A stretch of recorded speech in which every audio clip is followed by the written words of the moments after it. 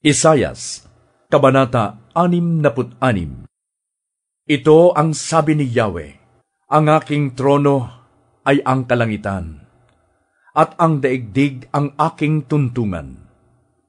Anong klaseng bahay ang gagawin mo para sa akin? Anong klaseng lugar ang aking titirhan? Sa lahat ng bagay, ako ang may likha, kaya ako ang may-ari ng lahat ng ito. Ako'y nalulugod sa mga taong nagpapakumbaba at nagsisipagsisi, sa mga may takot at sa utos ko'y sumusunod. Ginagawa ng tao ang kanyang maibigan at matutuwa pang gumawa ng kasamaan. Para sa kanya ay walang kaibahan ang handog na toro o kaya ay tao, ang handog na tupa o patay na aso, ang handog na pagkaing butil o dugo ng baboy, ang pagsusunog ng insenso o ang pagdarasal sa Diyos-Diyosan. Natutuwa sila sa nakakahiyang pagsamba. Dahil dito, ipararanas ko sa kanila ang kapahamakang kinatatakutan nila. Sapagkat nang ako'y tumawag, walang tumugon kahit na isa. Nang ako'y magsalita, walang gustong makinig. Ginusto pa nila ang sumuway sa akin at gumawa ng masama. Pakinggan ninyo si Yahweh, kayong natatakot at sumusunod sa kanyang salita. Kinamumuhian at itinataboy kayo ng inyong sariling kababayan ng dahil sa akin. At sinasabi pa nila, ipakita ni Yahweh ang kanyang kadakilaan at iligtas niya kayo para makita namin kayong natutuwa. Ngunit mapapahiya sila sa kanilang sarili. Pakinggan ninyo at sa lungsod ay nagkakagulo at mayroong ingay na buhat sa templo. Iyon ay likha ng pagpaparusa ni Yahweh sa kanyang mga kaaway. Ang aking banal na lungsod ay parang babaeng biglang nanganak. Kahit hindi pa sumasakit ang kanyang tiyan, isang lalaki ang kanyang inianak. May nabalitaan na ba kayo o nakitang ganyan? Isang bansang biglang isinilang? Ang Zion ay hindi maghihirap ng matagal upang ang isang bansa ay kanyang isilang. Ang sabi ni Yahweh, huwag ninyong isipin na ang bayan ko'y hahayaang umabot sa panahong dapat ng iluwal, at pagkatapos ay pipigilin sa pagsilang. Makigalak kayo sa Jerusalem. Magalak kayo dahil sa kanya. Kayong lahat na nagmamahal sa lungsod na ito. Kayo'y makigalak at makipagsaya. Lahat kayong tumangis para sa kanya. Tatamasahin ninyo ang kasaganaan niya, tulad ng sanggol sa dibdib ng kanyang ina. Sabi ni Yahweh, padadalhan kita ng walang katapusang kasaganaan. Ang kayamanan ng ibang bansa ay aagos patungo sa iyo tulad ng umaapaw na ilog. Ang makakatulad mo'y sanggol na buong pagmamahal na inaaruga ng kanyang ina.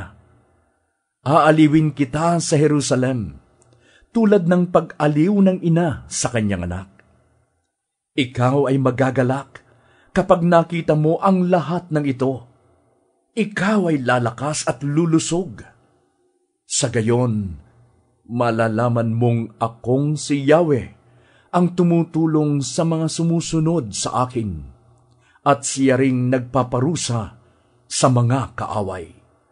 Darating si Yahweh na may dalang apoy at nakasakay sa mga pakpak ng bagyo upang parusahan ang mga kinamumuhian niya. Apoy at espada ang gagamitin niya sa pagpaparusa sa mga nagkasala. Tiyak na marami ang mamamatay. Ang sabi ni Yahweh, malapit na ang wakas ng mga naglilinis. ayon sa tuntunin ng pagsambang pagano. Sumasama sa nagpuprosesyon patungo sa mga sagradong hardin at kumakain ng karne ng baboy, daga at iba pang hayop na marumi. Nalalaman ko ang kanilang iniisip at mga ginagawa. Darating ako upang tipunin ang lahat ng bansa at ang mga taong iba't iba ang salita. Kapag sila'y nagkasama-sama, makikita nila ang magagawa ng aking kapangyarihan. Malalaman din nilang ako ang nagpaparusa sa kanila. Ngunit magtitira ako ng ilan upang ipadala sa iba't ibang bansa. Susuguin ko sila sa Tarsis, sa Libya at sa Lydia, mga dakong sanay sa paggamit ng pana.